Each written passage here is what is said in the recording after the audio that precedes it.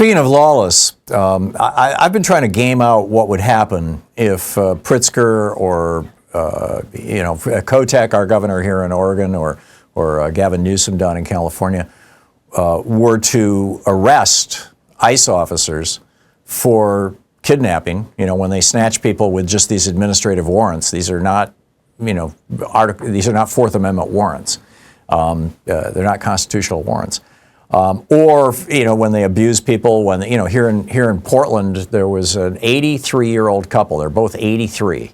He's a Vietnam vet. They were standing on the sidewalk in front of the ICE building. It was completely peaceful. Nobody was doing anything. People were bringing up flowers and putting them on the sidewalk in front of the ICE building.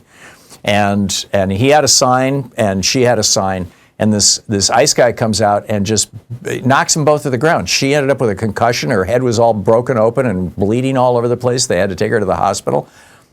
Completely unprovoked. Though that's assault. I mean, what? So I'm thinking, okay, so the governor or the mayor of Mayor Wilson of Portland, or the chief of police or whatever, says, okay, we're going to arrest that guy. Well, first of all, we don't know who he is because he's masked and he doesn't have a name badge on, and he ran back inside the building after he assaulted her. Secondly, if he had been snatched at that moment, what happens? What happens if a dozen ICE guys come out with fully automatic weapons and start pointing them at the Portland police? And what happens if the Portland police shoot back?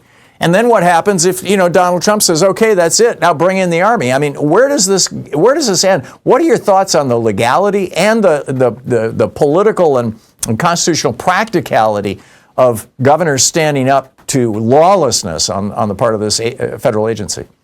That's too many questions. I'm going to send you a bill for this. This takes a lot of research. Well, we only have a minute and a half to the hard break. Right. And the big thing is, the people who got hurt should file a complaint with the police against ICE officers. If you don't know what it is, you can tell them, and they should begin an investigation.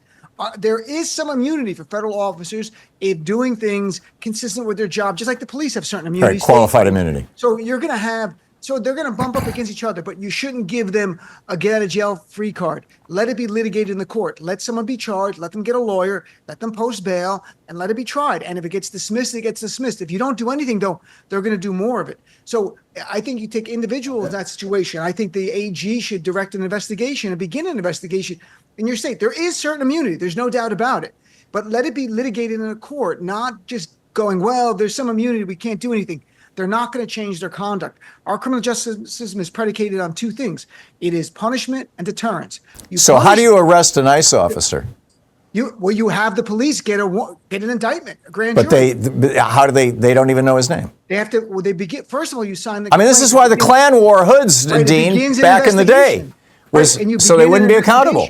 You can do civil lawsuits against ICE.